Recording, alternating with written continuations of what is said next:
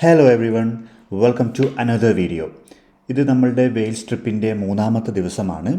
ഇന്നലെ നടന്ന സംഭവങ്ങളെക്കുറിച്ച് നമ്മൾ വിശദമായി കഴിഞ്ഞ വീഡിയോയിൽ പറഞ്ഞിരുന്നു. അതായത് നമ്മൾ പ്രിൻസ് ഓഫ് വെയിൽസ് ബ്രിഡ്ജ് കാണാനാണ് ഇന്നലെ പോയത്. അത് വളരെ നല്ലൊരു ലൊക്കേഷൻ ആയിരുന്നു. പക്ഷേ അവിടെ ഒരു ദുരന്തം കൂടെ നമുക്ക് സംഭവിച്ചു. നമ്മൾ ആ ബ്രിഡ്ജിൻ്റെ ഡ്രോൺ ഷോട്ട് എടുത്തുകൊണ്ടിരിക്കുമ്പോൾ നമ്മുടെ ഡ്രോൺ കടലിൽ വീണ് പോയിട്ടുണ്ടായിരുന്നു. അതിനുശേഷം നമ്മൾ വേറൊരു ഡ്രോൺ വാങ്ങിച്ച് ഇന്നലെ രാത്രി നമ്മൾ ഇന്ന് ബുക്ക് ചെയ്ത എയർബിഎൻബിയിൽ വന്ന് കിടന്നുറങ്ങിയിടത്താണ് നമ്മൾ കഴിഞ്ഞ ദിവസത്തെ വീഡിയോ നിർത്തിയത്. അപ്പോൾ ഇത് വളരെ കംഫർട്ടബിൾ ആയിട്ടുള്ളൊരു എയർബിഎൻബി ആയിരുന്നു. അപ്പോൾ ഇന്ന് നമ്മൾ സുഖമായി കിടന്നുറങ്ങി. ഇന്ന് രാവിലെ എണീറ്റ് എവിടെ വളരെ നല്ല വ്യൂ ഉള്ളൊരു വീടാണിത്. അപ്പോൾ രാവിലെ അതൊക്കെ കണ്ട് ചായ കുടിച്ച് റിലാക്സ് ചെയ്തിരിക്കാൻ നല്ല മൂഡായിരുന്നു. അപ്പോൾ ഇനി നമ്മൾ പാക്കൊക്കെ ചെയ്ത് ബ്രേക്ക്ഫാസ്റ്റ് കഴിച്ച് ഇവിടെ നിന്ന് നമ്മുടെ മൂന്നാമത്തെ ദിവസത്തെ യാത്ര തുടങ്ങാനുള്ള പരിപാടികൾ നടന്നുകൊണ്ടിരിക്കുകയാണ്. ഇന്ന് രാവിലെ എണീറ്റത് മുതൽ അഭിജിത്ത് ഒരേ പഠിക്കലാണ്. സംഭവം എന്താണെന്ന് പറഞ്ഞാൽ ഐശ്വര്യയ്ക്ക് വേറൊരു ജോലി കിട്ടി. അതായത് അവരിപ്പോൾ താമസിക്കുന്ന സ്ഥലത്തു നിന്ന് കുറച്ച് അകലെയാണത്. അപ്പോൾ അവരങ്ങോട്ട് മൂവ് ചെയ്യും. അപ്പോൾ അഭിജിത്ത് ഇപ്പോൾ വർക്ക് ചെയ്യുന്ന സ്ഥലത്ത് പോയി വരാൻ പറ്റില്ല. അപ്പോൾ പുതിയ സ്ഥലത്തിലെ കുറേ സ്ഥലങ്ങളിലേക്ക് ജോബ് ആപ്ലിക്കേഷൻ അയച്ചിട്ട് അവൻ ഇന്ന് 2-3 ഇൻ്റർവ്യൂ കിട്ടിയിട്ടുണ്ട്. അപ്പോൾ അതിനുള്ള പ്രിപ്പറേഷനാണ് അവൻ ചെയ്തുകൊണ്ടിരിക്കുന്നത്. അപ്പോൾ രാവിലെ എണീറ്റ് അവൻ ഒരേ പഠനമാണ്. ഈ വീട്ടിൽ ഒരു പ്രത്യേക സംഭവമുണ്ട്. അതായത് ഇപ്പോൾ എല്ലായിടത്തും ഓൺലൈൻ റിവ്യൂ ആണല്ലോ നമ്മളിടുന്നത്. ഇപ്പോൾ എയർബിഎൻബി ആണെങ്കിലും ഗൂഗിൾ റിവ്യൂ ആണെങ്കിലും. പക്ഷേ ഈ വീട്ടിൽ ഓൾഡ് സ്കൂൾ സ്റ്റൈലിൽ ഒരു റിവ്യൂയുടെ ഒരു ബുക്ക് വെച്ചിട്ടുണ്ട്. അപ്പോൾ നമ്മൾ എല്ലാം കഴിഞ്ഞ് ഇറങ്ങാൻ നിൽക്കുമ്പോൾ ആ ബുക്കിൽ വളരെ വിശാലമായിട്ടൊരു റിവ്യൂ എഴുതി. കാരണം നല്ല വീടാണ്, അപ്പോൾ ലാൻഡ് ലോഡിന് സന്തോഷമാവട്ടെ എന്ന് വിചാരിച്ചു. എന്നിട്ട് സ്ഥിരം മലയാളികളുടെ സ്വഭാവം പോലെ അത് നമ്മൾ മലയാളം ലാംഗ്വേജ് എഴുതി അടിപൊളി എന്നൊക്കെ എഴുതി വെച്ചിട്ടുണ്ടായിരുന്നു. അതൊക്കെ കഴിഞ്ഞ് നമ്മൾ പാക്ക് ചെയ്ത് കാറ് ലോഡ് ചെയ്യാൻ വേണ്ടി പുറത്തിറങ്ങി. ഇന്ന് രാവിലെ മുതൽ മഴയാണ്. ഇന്നലെ തന്നെ വെതർ ഫോർകാസ്റ്റ് പ്രിഡിക്റ്റ് ചെയ്തിട്ടുണ്ടായിരുന്നു ഇന്ന് മഴയുണ്ടെന്ന്. പക്ഷേ ഒരു 11 മണിക്ക് ശേഷം മഴ മാറി വെയിൽ വരുമെന്നാണ് ഫോർകാസ്റ്റ് പറഞ്ഞിരിക്കുന്നത്. ഇവിടെ എയർബിഎൻബി ബുക്ക് ചെയ്യുക, ചെക്ക് ഇൻ ചെയ്യുക, ചെക്ക് ഔട്ട് ചെയ്യുക എന്നുള്ളതൊക്കെ വളരെ ഹാസിൽ ഫ്രീ ആയിട്ടുള്ളൊരു പ്രോസസ്സാണ്. നമ്മൾ ആപ്പ് വഴി പ്രോപ്പർട്ടി കാണുക, ബുക്ക് ചെയ്യുക, അപ്പോൾ തന്നെ നമുക്ക് മുഴുവൻ ഇൻസ്ട്രക്ഷനും കിട്ടും. അതായത് എല്ലാ എയർബിഎൻബിയുടെ ഫ്രണ്ടിലും ഒരു ലോക്ക് ബോക്സ് ഉണ്ടാകും കീ വെക്കാൻ വേണ്ടി. അതിൻ്റെ പിൻ കോഡ് നമുക്ക് ലാൻഡ് ലോഡ് മെസ്സേജായിട്ട് അയച്ചു തരും. നമ്മൾ ആ പിൻ കോഡ് കൊടുക്കുക, ലോക്ക് ബോക്സ് തുറന്ന് കീ എടുക്കുക, വീടിനകത്ത് കയറുക, താമസിക്കുക. പിറ്റേ ദിവസം രാവിലെ എല്ലാ പരിപാടിയും കഴിഞ്ഞ് നമ്മൾ ഇറങ്ങുമ്പോൾ വീട് ലോക്ക് ചെയ്യുക, തിരിച്ച് അതേ ലോക്ക് ബോക്സിലേക്ക് കീ വെക്കുക, ഇറങ്ങിപ്പോവുക. വളരെ എളുപ്പമാണ്. അപ്പോൾ നമ്മൾ അതുപോലെ ഇന്നലെ വന്ന് കയറി. ഇന്നിപ്പോൾ നമ്മൾ അതെല്ലാം കഴിഞ്ഞ് ലോക്ക് ബോക്സിൽ കീ വെച്ച് തിരിച്ചിറങ്ങിയിട്ടുണ്ട്. ഇന്നലെ ആദ്യമായിട്ട് വീട്ടിലേക്ക് കയറി വന്നപ്പോഴാണ് നമ്മൾ ഈ ബോർഡ് കണ്ടത്. അപ്പോൾ നാട്ടിലെ ഒരു പരിചയം വെച്ചിട്ട് നമ്മളിങ്ങനെ വീടിൻ്റെ പേരാണല്ലോ എഴുതി വയ്ക്കുക. അപ്പം ഞങ്ങൾ വിചാരിച്ചു ഇത് വീടിൻ്റെ പേരാണെന്ന്. പക്ഷേ ഇന്നലെ രാത്രി എന്നിട്ട് വീണ്ടും ടെസ്കോയിൽ നമ്മൾ പോയപ്പോൾ അവിടെയും ഇത് വലുതാക്കി എഴുതി വെച്ചിട്ടുണ്ടായിരുന്നു. അപ്പോഴാണ് നമ്മളിത് എന്താണ് സംഭവം എന്നറിയാൻ വേണ്ടി ഗൂഗിൾ ചെയ്തത്. വെയിൽസിൽ ഇംഗ്ലീഷിന് പുറമെ അവരുടേതായ ഒരു ലാംഗ്വേജ് കൂട്ടുണ്ട്, വെൽഷ് എന്ന് പറയും. അപ്പോൾ വെൽഷിൽ വെൽക്കം എന്ന് പറയുന്നതാണ് ക്രൊയേഴ്സോ എന്ന വാക്കിനർത്ഥം. അപ്പോൾ ഞങ്ങളിത് ഷൂട്ട് ചെയ്തുകൊണ്ടിരിക്കുമ്പോൾ ഞങ്ങളുടെ പുറകിൽ വന്നൊരു വെൽഷുകാരൻ ക്രൊയേഴ്സോ എന്ന് പറയുകയും ചെയ്തു. വെൽക്കം. അപ്പോൾ നമ്മൾ വീടൊക്കെ പൂട്ടി താക്കോൽ അവിടെ വെച്ച് അവസാനം കാറെടുത്ത് മൂന്നാമത്തെ ദിവസത്തെ അഡ്വഞ്ചറിലേക്ക് ഇറങ്ങിയിട്ടുണ്ട്. നമ്മളുടെ ഇന്നത്തെ പ്ലാൻ എന്ന് പറയുന്നത് ഇവിടെ നമ്മൾ നേരെ ഡ്രൈവ് ചെയ്ത് ഹാഫോർഡ് എസ്റ്റേറ്റിലേക്ക് പോകും. അതൊരു വലിയ കാടും ഒരു പുരാതനമായ ചേർച്ചുമുള്ളൊരു സ്ഥലമാണ്. അവിടെ നിന്ന് നമ്മളൊരു വാട്ടർഫാളാണ് കാണാൻ പോകുന്നത്. മിനാച്ച് ഫോൾസ് അല്ലെങ്കിൽ ഡെവിൾസ് ബ്രിഡ്ജ് വാട്ടർഫാൾ എന്നാണ് അതിൻ്റെ പേര്. അത് കഴിഞ്ഞ് ഹഫ്രൺ ഫോറസ്റ്റ്, അതൊരു പിക്ചേഴ്സ് ഒരു വാക്ക് വേക്കുള്ള ഒരു സൈഡിലൂടെ അരുവിയൊക്കെ ഒഴുകുന്ന ഒരു ബ്യൂട്ടിഫുൾ ആയിട്ടൊരു പ്ലേസാണ്. അതും കഴിഞ്ഞ് ഒരു വലിയ ഡാമുണ്ട് ഇവിടെ, ക്ലൈവ് ഡോഗ് റിസർവോയർ എന്ന് പറയും. അവിടെയും കൂടെ പോയ ശേഷമാണ് നമ്മൾ ഇന്നത്തെ യാത്ര അവസാനിപ്പിക്കാൻ പ്ലാൻ ചെയ്തിരിക്കുന്നത്.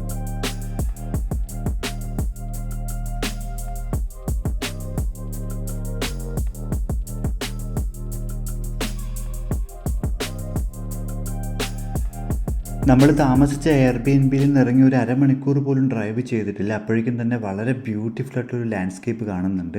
വളരെ പ്ലെയിൻ ആയിട്ടുള്ള പുൽമേട് സംഭവം. ഇതൊരു നാഷണൽ പാർക്കിൻ്റെ ഭാഗമാണെന്ന് തോന്നുന്നു. വളരെ ബ്യൂട്ടിഫുൾ ആയിട്ട് റോഡ്. മഴയും ഏകദേശം നിന്നിട്ടുണ്ട്. അപ്പോൾ ഇന്നത്തെ ദിവസം വളരെ നന്നായിരിക്കും എന്നാണ് ആദ്യത്തെ വ്യൂ കണ്ടപ്പോൾ തന്നെ തോന്നുന്നത്. അപ്പോൾ നമ്മൾ പോകുന്ന ആദ്യത്തെ ഡെസ്റ്റിനേഷനായ ഹാഫോർഡ് എസ്റ്റേറ്റിലേക്ക് ഇവിടുന്ന് 68ഓളം മൈലുണ്ടെന്നാണ് കാണിക്കുന്നത്. 2 മണിക്കൂർ എടുക്കുമെന്നാണ് മാപ്പ് കാണിക്കുന്നത്. അപ്പോൾ പോകുന്ന വഴിക്ക് അവിടേക്ക് വളരെ ബ്യൂട്ടിഫുള്ളായ വ്യൂ ഉണ്ടാവുമെന്നാണ് വിചാരിക്കുന്നത്. ഇതിനിടയ്ക്ക് ഈ പ്ലെയിനിൽ എല്ലായിടത്തും ചെമ്മരിയാട് മേയുന്നുണ്ടാവും. ഇതിനിടയ്ക്ക് നമ്മളുടെ കാറിൻ്റെ മുന്നിലേക്ക് ഒരു ആട്ടിൻകുട്ടി ചാടി വന്നായിരുന്നു. സമയത്ത് ബ്രേക്ക് ചെയ്തുകൊണ്ട് നമ്മൾ രക്ഷപ്പെട്ടു. അതിനുശേഷം നമ്മൾ കുറച്ച് പതുക്കെയാണ് മൊത്തത്തിൽ ഡ്രൈവ് ചെയ്തത്. അപ്പോൾ നമ്മൾ ഇറങ്ങുമ്പോൾ തന്നെ ഒരു 9 മണിയോളം കഴിഞ്ഞിരുന്നു വീട്ടിൽ നിന്ന്. അപ്പോൾ നേരത്തെ പറഞ്ഞ അഭിജിത്തിൻ്റെ ഇൻ്റർവ്യൂ 11 മണിക്കാണ്. അപ്പോൾ അതിനിടയ്ക്ക് ആയതുകൊണ്ട് നമ്മളിപ്പോൾ ഇടയ്ക്ക് നിർത്തിയിട്ട് അവൻ കാറിലിരുന്ന് ഇൻ്റർവ്യൂ അറ്റൻഡ് ചെയ്യണം. ഞങ്ങളിപ്പോൾ റോഡ് സൈഡിൽ പോസ്റ്റ് ആയിട്ടിരിക്കുകയാണ്. ഇൻ്റർവ്യൂ ഒരു അരമണിക്കൂറോളം ഉണ്ടാവുമെന്നാണ് വിചാരിക്കുന്നത്.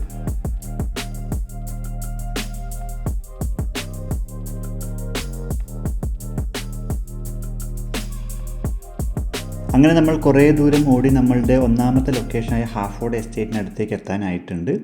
ഇതിനിടയ്ക്ക് നമ്മൾ വളരെ പഴയ കുറച്ച് വില്ലേജുകൾ കണ്ടു. വളരെ ബ്യൂട്ടിഫുൾ ആയിട്ടുള്ള കാടുകളും പച്ചപ്പ് നിറഞ്ഞ മലകളും എല്ലാം കണ്ടു. ഇടയ്ക്ക് ചില അരുവികൾ കണ്ടു. അയർലൻഡുമായി ബന്ധപ്പെടുത്തി നോക്കുമ്പോൾ വെയിൽസ് കുറച്ചുകൂടെ വളരെ പച്ചപ്പുള്ള സ്ഥലമാണെന്നാണ് തോന്നിയത്. നാട്ടിൽ കാണുന്നത് പോലെ മലകളിലെല്ലാം പച്ച പിടിച്ച മരങ്ങളൊക്കെ നമുക്ക് കാണാൻ പറ്റുന്നുണ്ടായിരുന്നു. വളരെ ബ്യൂട്ടിഫുൾ ലാൻഡ്സ്കേപ്പിലൂടെയായിരുന്നു നമ്മൾ ഡ്രൈവ് ചെയ്ത് വന്നത്.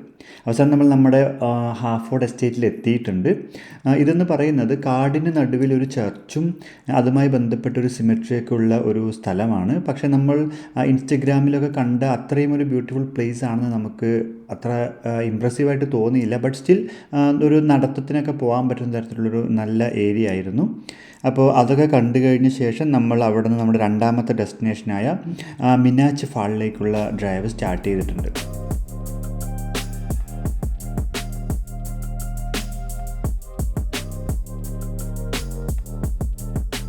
ഇനി നമുക്ക് ബാക്കിയുള്ള ഇന്നത്തെ 3 ഡെസ്റ്റിനേഷൻസും വളരെ അടുത്തടുത്തുള്ളതാണ്. അതായത് ഒരു അരമണിക്കൂർ അല്ലെങ്കിൽ 20 മിനിറ്റൊക്കെ ഡ്രൈവ് ചെയ്തെത്തുന്ന ദൂരത്തിലാണ് ഓരോ ഡെസ്റ്റിനേഷനും ഉള്ളത്. അപ്പോൾ നമ്മൾ പെട്ടെന്ന് തന്നെ മിനാച്ച് ഫാളിലേക്ക് എത്തും. വീണ്ടും പഴയതുപോലെ വളരെ ബ്യൂട്ടിഫുള്ളായ ലാൻഡ്സ്കേപ്പിലൂടെയാണ് നമ്മൾ ഡ്രൈവ് ചെയ്തുകൊണ്ടിരിക്കുന്നത്. പരന്ന സ്ഥലങ്ങളും അല്ലെങ്കിൽ മലകളും അങ്ങനെ കാടുകളെല്ലാം ഉള്ള വളരെ ബ്യൂട്ടിഫുൾ ലാൻഡ്സ്കേപ്പിലൂടെ തന്നെയാണ് വീണ്ടും നമ്മൾ പോയിക്കൊണ്ടിരിക്കുന്നത്. ഇതിനിടയ്ക്ക് വേറൊരു സന്തോഷമായ കാര്യം പറയാനുള്ളത്, ഇന്നലെ നമ്മളുടെ ഡ്രോണ് പോയതിന് നമ്മൾ DJക്ക് മെയിൽ ചെയ്ത കാര്യം പറഞ്ഞിരുന്നല്ലോ. ഇന്ന് അവരതിന് റെസ്പോണ്ട് ചെയ്തിട്ടുണ്ട്. അവർ നമ്മളുടെ ഡ്രോണിൻ്റെ സീരിയൽ നമ്പറും അവസാനം പറഞ്ഞതിൻ്റെ ഫൂട്ടേജും ആ ഡീറ്റെയിൽസും എല്ലാം ചോദിച്ചിട്ടുണ്ട്. എന്നിട്ട് അവരത് ചെക്ക് ചെയ്തിട്ട് റെസ്പോണ്ട് ചെയ്യാം അത് ഡ്രോണിൻ്റെ ഫോൾട്ടാണോ എൻ്റെ ഫോൾട്ടാണോ എന്നുള്ളത്. അപ്പോൾ നമ്മൾ ആ ഡീറ്റെയിൽസ് എല്ലാം അയച്ചു കൊടുത്തിട്ടുണ്ട്. അവർ മിക്കവാറും ഇന്നോ നാളെയോടെ റെസ്പോണ്ട് ചെയ്യുന്നതാണ് നമ്മൾ പ്രതീക്ഷിക്കുന്നത്. ഈ ഒരു സ്ഥലം നോക്കുക. കണ്ണെത്താ ദൂരത്തോളം പരന്ന് കിടക്കുന്ന ലാൻഡ്, ചെറിയ മലകളും അതിനിടയിലൂടെ വളഞ്ഞു പൊളഞ്ഞു പോകുന്ന റോഡ്. വല്ലാത്ത രസമാണ് ഇതിലൂടെ ഇങ്ങനെ ഡ്രൈവ് ചെയ്ത് പോകാൻ. അങ്ങനെ പോകുമ്പോൾ നമ്മൾ ഇടയ്ക്ക് ചില ബൈക്കർ ഗ്രൂപ്പിനെയൊക്കെ കാണും. സമ്മറായി കഴിയുമ്പോൾ എല്ലാവരും പുറത്തിറങ്ങും ബൈക്കൊക്കെ എടുത്ത്. നല്ല പവർഫുൾ അഡ്വഞ്ചർ ബൈക്കായിരുന്നു അത്. അപ്പോൾ നമ്മൾ അവരെയും പാസ് ചെയ്ത് പോയിക്കൊണ്ടിരിക്കുമ്പോൾ ഈ ഒരു ഒറ്റയ്ക്കൊരു വീട്, ഈ മലനിരകൾക്കിടയിൽ നടുവിൽ ഒറ്റയ്ക്കൊരു വീട്, എന്ത് രസമായിരിക്കും അവിടെയൊക്കെ താമസിക്കാൻ എന്ന് ആലോചിച്ച് നോക്കാം. അപ്പോൾ നമ്മളതെല്ലാം കണ്ടു കഴിഞ്ഞ് അങ്ങനെ ഓടി നമ്മളുടെ രണ്ടാമത്തെ ഡെസ്റ്റിനേഷനായ മിനാച്ച് ഫാളിലേക്ക് എത്തിയിട്ടുണ്ട്.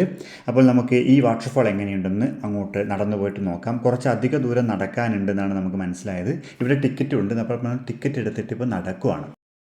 അങ്ങനെ നടന്നുകൊണ്ടിരിക്കുമ്പോഴാണ് നമ്മൾ ഇത് കണ്ടത്. വളരെ ഫണ്ണി ആയിട്ടുള്ളൊരു സെൽഫി പോയിൻ്റ്. അതായത് വെയിൽസിലെ ട്രഡീഷണൽ വസ്ത്രം ധരിച്ച ഒരു സ്ത്രീയുടെ ചിത്രം വരച്ച് വെച്ചിട്ടുണ്ട്. അപ്പോൾ അതിൻ്റെ തലയുടെ ഭാഗത്ത് നമുക്ക് മുഖം വെച്ചിട്ട് സെൽഫി എടുക്കാം. അപ്പോൾ ഐശ്വര്യ അവിടെ കയറി നിന്നപ്പോൾ കറക്റ്റ് ഫിറ്റായിരുന്നു. പിന്നെ അവൾ മുടി കൂടെ ഫ്രണ്ടിലേക്ക് ഇട്ടപ്പോൾ കറക്റ്റ് നല്ല രീതിയിൽ അത് ശരിക്കും ഒരു സ്ത്രീയുടെ തന്നെ ലുക്ക് ഉണ്ടായിരുന്നു. അതൊരു ഭയങ്കര നല്ല അനുഭവമായിരുന്നു. അത് കഴിഞ്ഞ് കുറച്ചുകൂടി ഫ്രണ്ടിലേക്ക് നടന്നപ്പോഴാണ് ഈ സാധനം കണ്ടത്. നമ്മൾ പൊതുവേ പറയാറുണ്ടല്ലോ എൻ്റെ വീട്ടിൽ പണം കായ്ക്കുന്ന മരമൊന്നുമില്ലെന്ന്. പക്ഷേ ഇത് ലിറ്ററലി പണം കായ്ക്കുന്നൊരു മരമായിരുന്നു. എന്താണ് ഇതിൻ്റെ പുറകിലെ കഥ എന്നറിയില്ല. ആരെങ്കിലും ഒരാൾ കോയിൻ ഇങ്ങനെ കുത്തി വെച്ച ശേഷം എല്ലാവരും ചെയ്തതായിരിക്കും. മൊത്തത്തിൽ ഇപ്പോൾ ഈ ട്രീ സ്റ്റെമ്പ് മൊത്തം കോയിൻസ് ഇങ്ങനെ കുത്തി വെച്ചിരിക്കുകയാണ്. അതൊരു ഇൻട്രസ്റ്റിംഗ് കാഴ്ചയായിരുന്നു. ഈ മിനാച്ച് ഫാളിന് ഡെവിൾസ് ബ്രിഡ്ജ് വാട്ടർഫാൾ എന്നും കൂടെ പേരുണ്ട്. അതിൻ്റെ പുറകിൽ വളരെ രസകരമായിട്ടൊരു മിത്തുണ്ട്. അതായത് ഇവിടുത്തെ ഒരു ലോക്കൽ മിത്ത്. അതായത് ഈ ഇവിടുത്തെ ബ്രിഡ്ജ്, ഇവിടെ നേരത്തെ ബ്രിഡ്ജ് ഉണ്ടായിരുന്നില്ല. അപ്പോൾ 12-ാം നൂറ്റാണ്ടിൽ ഒരു സ്ത്രീക്ക് അവരുടെ പശുവിനെ ഈ വാട്ടർഫാളിൽ വീണിട്ട് നഷ്ടപ്പെട്ടു. അപ്പോൾ ആ സമയത്ത് അവിടെ ഒരു ഡെവിൾ അപ്പിയർ ചെയ്തിട്ട് പറഞ്ഞു, ഞാൻ ഇവിടെ ഒരു ബ്രിഡ്ജ് ബിൽഡ് ചെയ്യാം, പക്ഷേ ആ ബ്രിഡ്ജിലൂടെ ആദ്യം ക്രോസ് ചെയ്യുന്ന വ്യക്തിയുടെ ആത്മാവിനെ ആ ചെകുത്താൻ പിടിച്ചെടുക്കുമെന്ന് പറഞ്ഞു. അപ്പോൾ എന്നിട്ട് ആ അപ്പോൾ സ്ത്രീ എഗ്രി ചെയ്തു. എന്നിട്ട് ഡെവിൾ ആ ബ്രിഡ്ജ് ഉണ്ടാക്കിയ ശേഷം സ്ത്രീ എന്ത് ചെയ്തെന്ന് പറഞ്ഞാൽ ചെറിയൊരു കഷ്ണം ബ്രെഡ് ഈ ബ്രിഡ്ജിൻ്റെ മറ്റേ തലകിലേക്ക് എറിഞ്ഞു. അപ്പോൾ അതെടുക്കാൻ വേണ്ടി അവരുടെ നായ ഓടിപ്പോയി. അപ്പോൾ നായയാണ് ഫസ്റ്റ് ആ ബ്രിഡ്ജ് ക്രോസ് ചെയ്തത്. അപ്പോൾ ഡെവിള് ആ നായയുടെ സോൾ എടുത്ത് അപ്രത്യക്ഷയായി. എന്നിട്ട് ബാക്കി എല്ലാവരും ഈ ബ്രിഡ്ജ് യൂസ് ചെയ്യാൻ തുടങ്ങി എന്നാണ് കഥ. അപ്പോൾ അതുകൊണ്ടാണ് ഇതിനെ ഡെവിൾസ് ബ്രിഡ്ജ് എന്ന് വിളിക്കുന്നത്. ശരിക്കും ഈ ബ്രിഡ്ജിൻ്റെ റിയൽ ആയിട്ടുള്ള പ്രത്യേകത എന്താണെന്ന് പറഞ്ഞാൽ ഇത് 3 ലെവലുള്ള ബ്രിഡ്ജാണ്. അതായത് 12ാം നൂറ്റാണ്ടിൽ ആദ്യത്തെ മരം കൊണ്ടുള്ള ബ്രിഡ്ജ് പണിതു. പിന്നെ കുറേ വർഷങ്ങൾക്ക് ശേഷം അതിന് ബലം പോരാ എന്ന് കരുതിയിട്ട് ആ ബ്രിഡ്ജ് നിലനിർത്തിക്കൊണ്ട് തന്നെ അതിൻ്റെ മുകളിലൂടെ രണ്ടാമതൊരു ബ്രിഡ്ജ് പണിതു. അതിനുശേഷം വീണ്ടും ഈ രണ്ടാമത്തെയും ഒന്നാമത്തെയും ബ്രിഡ്ജ് നിലനിൽക്കെ തന്നെ അതിൻ്റെ മുകളിലൂടെ മൂന്നാമതൊരു ആർച്ച് ബിൽഡൂടെ പണിതു. ഈ 3 സ്റ്റെപ്പ് നമുക്ക് താഴെ നിന്നൊക്കെ കാണാൻ പറ്റും. അപ്പോൾ ഈ മൂന്നാമത് ബിൽഡ് ചെയ്ത ബ്രിഡ്ജിൻ്റെ മുകളിലൂടെയാണ് ഇപ്പോൾ റോഡ് പോകുന്നത്. അത് ക്രോസ് ചെയ്തിട്ടാണ് നമ്മൾ ഇങ്ങോട്ട് വന്നത്. വളരെ ഇൻട്രസ്റ്റിംഗ് ആയിട്ടൊരു സ്റ്റോറിയാണ്. കൂടാതെ ഈ വാട്ടർഫാൾ എന്ന് പറഞ്ഞത് നല്ല ബുദ്ധിമുട്ടാണ് ഇങ്ങോട്ട് ഇറങ്ങി പോകാൻ വേണ്ടിയിട്ട്. നല്ല ദൂരം നടക്കാനുണ്ട്.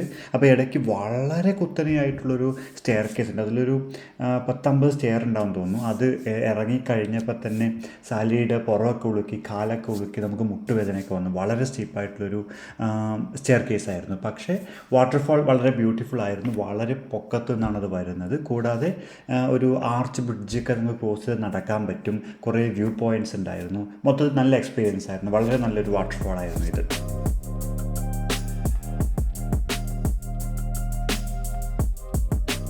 അങ്ങനെ നമ്മൾ ഡെവിൾസ് ബ്രിഡ്ജ് വാട്ടർഫാളിൽ നിന്ന് ഇറങ്ങി നമ്മുടെ അടുത്ത ലൊക്കേഷനായ ഹഫ്രൺ ഫോറസ്റ്റിലേക്ക് ഡ്രൈവ് ചെയ്തുകൊണ്ടിരിക്കുകയാണ്. ഹഫ്രൺ ഫോറസ്റ്റ് എന്ന് പറയുന്നത് ഇൻസ്റ്റഗ്രാമിൽ വളരെയധികം ഹൈപ്പ് കിട്ടുന്നൊരു സ്ഥലമാണ്. ഒരുപാട് ആളുകൾ അവിടെ പോയിട്ട് ഫോട്ടോ എടുക്കുന്നു, റീൽ ഇടുന്നു. അപ്പോൾ അതുപോലെ നമുക്കും ചെയ്യാമെന്നൊരു പ്ലാൻ്റെ പുറത്താണ് നമ്മൾ പോകുന്നത്. നമ്മൾ പോകുമ്പോഴും ലൈറ്റ് ഉണ്ടാവുമെന്നാണ് നമ്മൾ പ്രതീക്ഷിക്കുന്നത്. ഇവിടുന്ന് വളരെ അടുത്ത് തന്നെയാണ്. ഒരു 15 മിനിറ്റിനുള്ളിൽ നമ്മൾ അവിടെ എത്തുന്നുണ്ടാവും.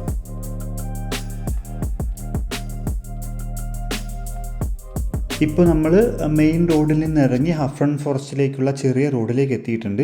വളരെ ഡീപ്പായിട്ടൊരു ഫോറസ്റ്റിനകത്തു കൂടിയാണ് നമ്മളിപ്പോൾ ഡ്രൈവ് ചെയ്തുകൊണ്ടിരിക്കുന്നുണ്ട്. നല്ല രസമുണ്ട്. നല്ല പച്ചപ്പൊക്കെയുള്ള ഒരു സ്ഥലമാണ്. അവസാനം നമ്മൾ നമ്മുടെ ലൊക്കേഷനിലേക്ക് എത്തിയിട്ടുണ്ട്. അപ്പോൾ ഇതാണ് ഹഫ്രൺ ഫോറസ്റ്റ്. ഈ കാണുന്ന ഈ നടപ്പാതയിലൂടെയാണ് നമ്മൾ നടന്നു പോകേണ്ടത്. അപ്പോൾ കുറച്ചുകൂടെ ഫ്രണ്ടിലേക്ക് പോയി കഴിയുമ്പോൾ ഒരുപാട് പൈൻ മരങ്ങളും അരികിൽ സ്ട്രീമൊക്കെ ഉള്ള ഒരു ബ്യൂട്ടിഫുൾ ലൊക്കേഷൻ എത്തും. അതാണ് ഇവിടുത്തെ ഒരു മെയിൻ അട്രാക്ഷൻ എന്ന് പറയുന്നത്. അപ്പോൾ നമ്മൾ ഉദ്ദേശിച്ച പോലെ തന്നെയാണ്. വളരെ ബ്യൂട്ടിഫുൾ ആയിട്ടൊരു പ്ലേസ് ആണ്. അപ്പോൾ നമ്മൾ പ്ലാൻ ചെയ്തതുപോലെ ഒരുപാട് നല്ല ഫോട്ടോസും റീലിടാൻ തരത്തിലുള്ള വീഡിയോസും എല്ലാം നമുക്ക് ഇവിടെ നിന്ന് എടുക്കാൻ പറ്റിയിട്ടുണ്ട്. ഇതൊരു വർത്തി പ്ലേസ് എന്ന് തന്നെ വേണം പറയാൻ. ഇതിൻ്റെ കൂടെ പറയാനുള്ള വേറൊരു കാര്യം, 850 പൗണ്ട് കൊടുത്ത് ഡ്രോൺ വാങ്ങിച്ചതിൽ നല്ല വേദനയുണ്ട്. പക്ഷേ ആ ഡ്രോൺ എന്ന് പറയുന്നത് അത് ഇൻ്റലിജൻ്റ്ലി ബ്രില്യൻറ്റ് ഡ്രോണാണ്. നമ്മുടെ കടലിൽ പോയ ഡ്രോണിൽ ഇല്ലാത്ത ഒരുപാട് ഓപ്ഷൻസ് ഇതിനകത്തുണ്ട്. ഇത് നമ്മളെ ട്രാക്ക് ചെയ്ത് നമ്മളെ ഫോളോ ചെയ്യുകയൊക്കെ ചെയ്യും. അപ്പോൾ അതുകൊണ്ട് തന്നെ നമുക്ക് ആ തരത്തിലുള്ള കുറേ വീഡിയോസൊക്കെ എടുക്കാൻ പറ്റി. അത് വളരെ ബ്യൂട്ടിഫുൾ ആയിട്ടൊരു ഫ്രെയിമായിരുന്നു. നിങ്ങൾ ആ ഫ്രെയിം ഒന്ന് കണ്ടു നോക്ക്. വരുന്നുണ്ട്, നീ ഫോണാണല്ലോ. മണ്ടൻ നടക്കുന്നില്ലെന്ന ഡ്രോൺ പറയും.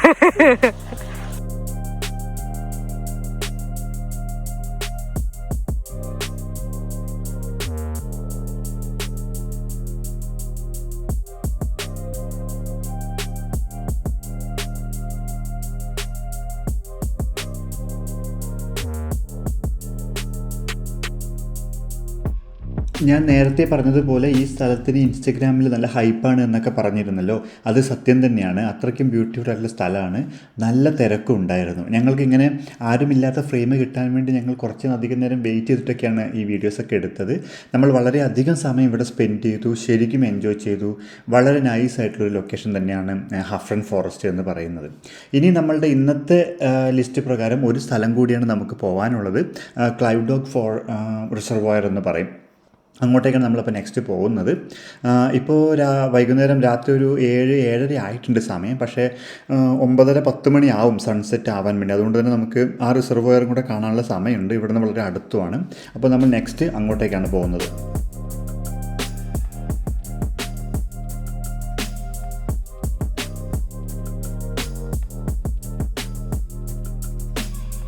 അങ്ങനെ നമ്മൾ റിസർവോയറിൻ്റെ റോഡിലേക്ക് എത്തിയിട്ടുണ്ട്. സൈഡിൽ റിസർവോയറിൻ്റെ വെള്ളം കാണുന്നുണ്ട്. ഇപ്പോൾ സൂര്യ അസ്തമിക്കാൻ തുടങ്ങിയതുകൊണ്ട് നല്ല ഭംഗിയുള്ള ഗോൾഡൻ ലൈറ്റാണ് കാണുന്നത്. നല്ല രസമുണ്ട് ഈ ലൊക്കേഷൻ. ഒരുപാട് ചെമ്മരിയാടുകളെയൊക്കെ നമുക്ക് സൈഡിൽ കാണാൻ പറ്റുന്നുണ്ട്. പക്ഷേ ഇപ്പോൾ നമ്മൾ ഡാമിൻ്റെ കെട്ട് കണ്ടിട്ടില്ല. അതിനി താഴേക്ക് പോകണമെന്നാണ് തോന്നുന്നത്. അപ്പോൾ നമ്മൾ അങ്ങോട്ട് ഡ്രൈവ് ചെയ്തുകൊണ്ടിരിക്കുകയാണ്. വളരെ ബ്യൂട്ടിഫുൾ ആയിട്ടൊരു ലൊക്കേഷൻ. നല്ല പൊക്കത്തുള്ള മലയുടെ മുകളിലൂടെയാണ് നമ്മളിപ്പോൾ പോയിക്കൊണ്ടിരിക്കുന്നത്. കുറച്ച് ദൂരം കൂടെ ഓടിയപ്പോൾ നമ്മൾ ഡാമിൻ്റെ കെട്ട് കണ്ടുപിടിച്ചു. വളരെ ശാന്തസുന്ദരമായൊരു സ്ഥലമാണ്. നല്ല രസമുണ്ട് ഇവിടെ നിൽക്കാൻ. ഒരു മനുഷ്യനില്ല, അല്ലെങ്കിൽ ബഹളമൊന്നുമില്ല. നല്ല അടിപൊളി സ്ഥലമായിരുന്നു. ഡാമിൻ്റെ കൺസ്ട്രക്ഷൻ കണ്ടിട്ട് നമ്മുടെ നാട്ടിലെ കൺസ്ട്രക്ഷന് വ്യത്യസ്തമായിട്ട് തോന്നി. പക്ഷേ നല്ല ബ്യൂട്ടിഫുൾ ഡാമാണ്. വെള്ളം നിൽക്കുന്നതും അതിൻ്റെ കൺസ്ട്രക്ഷനും ആ ലൊക്കേഷനും മൊത്തത്തിൽ വളരെ ബ്യൂട്ടിഫുൾ ഒരു പ്ലേസാണ്. പക്ഷേ രാവിലെ മുതലുള്ള ഓട്ടം ആയതുകൊണ്ട് എല്ലാവരും ടയേർഡായി. ആർക്കും പുറത്തിറങ്ങാൻ താല്പര്യമൊന്നുമില്ല. അപ്പോൾ നമ്മൾ കുറച്ച് ഷോട്ടൊക്കെ എടുത്ത് ഡ്രോൺ ഷോട്ടൊക്കെ എടുത്ത് ഇവിടെ നിന്ന് തിരിക്കാനുള്ള പ്ലാനാണ്. ഇപ്പോൾ ഏകദേശം ഒരു 9-9:30 ആയിട്ടുണ്ട് സമയം. സൂര്യൻ അസ്തമിച്ച് തുടങ്ങിയിട്ടുണ്ട്. അപ്പോൾ നമുക്കിനി ഇവിടെ നിന്ന് 2 മണിക്കൂറോളം ഡ്രൈവ് ചെയ്യാനുണ്ട് നമ്മൾ ഇന്ന് ബുക്ക് ചെയ്തിരിക്കുന്ന എയർബിഎൻബിയിലേക്ക്. അപ്പോൾ നമ്മൾ ഇവിടെ നിന്ന് ഇനി അങ്ങോട്ടേക്ക് ഡ്രൈവ് ചെയ്യാണ്. അപ്പോൾ മൊത്തത്തിൽ ഇന്നത്തെ ദിവസത്തെ വിലയിരുത്തുമ്പോൾ വളരെ നല്ലൊരു ദിവസമായിരുന്നു എന്ന അഭിപ്രായത്തിലാണ് നമ്മളെല്ലാവരും ഉള്ളത്. അതായത് നമ്മൾ പ്ലാൻ ചെയ്ത മുഴുവൻ സ്ഥലങ്ങളിലും പോകാൻ പറ്റി. വെതർ നമ്മളെ ഫേവർ ചെയ്തു. പോയ സ്ഥലങ്ങളെല്ലാം അടിപൊളിയായിരുന്നു. വേറെ ഒരു തടസ്സം ഉണ്ടായിരുന്നില്ല. എസ്പെഷ്യലി ഇന്നലത്തെ സംഭവങ്ങളുമായിട്ട് കമ്പയർ ചെയ്ത് നോക്കുമ്പോൾ അപ്പോൾ നമ്മൾ ടോട്ടലി ഹാപ്പിയാണ്. അപ്പോൾ തിരിച്ച് നിറഞ്ഞ മനസ്സുമായിട്ടാണ് നമ്മൾ എയർബിഎൻബിയിലേക്ക് ഡ്രൈവ് ചെയ്തുകൊണ്ടിരുന്നത്. അപ്പോൾ നമ്മളങ്ങനെ ഡ്രൈവ് ചെയ്തുകൊണ്ടിരിക്കുമ്പോൾ സൂര്യാസ്തമയമൊക്കെ വന്നു. നമുക്ക് അതിൻ്റെ നല്ല ഷോട്ടുകൾ കിട്ടി. അതും കഴിഞ്ഞ് നമ്മൾ കുറച്ച് ദൂരം ഡ്രൈവ് ചെയ്യുമ്പോഴാണ് ഒട്ടും പ്രതീക്ഷിക്കാതെ ഇങ്ങനെയൊരു ലൊക്കേഷനിലേക്ക് നമ്മൾ എത്തിപ്പെട്ടത്. വല്ലാത്ത ഒരു അനുഭൂതി തരുന്നൊരു ഏരിയ ആയിരുന്നു അത്. അതായത് സൺസെറ്റും കണ്ടു കഴിഞ്ഞാൽ ശരിക്കും അഭൗമമായ ഒരു എക്സ്പീരിയൻസ് എന്നൊക്കെ പറയുന്ന രീതിയിലുള്ളൊരു ലൊക്കേഷൻ. അത് വളരെ അൺഎക്സ്പെക്റ്റഡ് വീണ് കിട്ടി. നേരത്തെ പറഞ്ഞ ക്ഷീണമെല്ലാം ഇത് കണ്ടപ്പോൾ മാറി. എല്ലാവരും പുറത്തിറങ്ങി ഒരുപാട് സമയം ഇവിടെ സ്പെൻഡ് ചെയ്തു. അതൊരു വല്ലാത്ത അനുഭവമായിരുന്നു.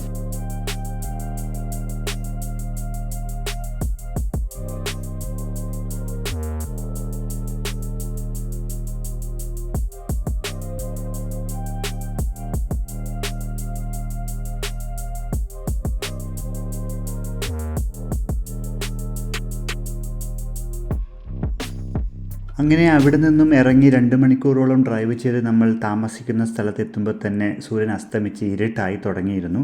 ഇരുട്ടായതുകൊണ്ട് തന്നെ നമുക്കത് കണ്ടുപിടിക്കാൻ കുറച്ച് ബുദ്ധിമുട്ടിയെങ്കിലും അവസാനം നമ്മളത് കണ്ടുപിടിച്ചു. അപ്പോൾ അത്രയൊക്കെയാണ് ഈ വീഡിയോ. അപ്പോൾ നാളത്തെ ട്രിപ്പിൻ്റെ ബാക്കി വിശേഷങ്ങളുമായി അടുത്ത വീഡിയോയിൽ കാണുന്നവരെ ബായ്.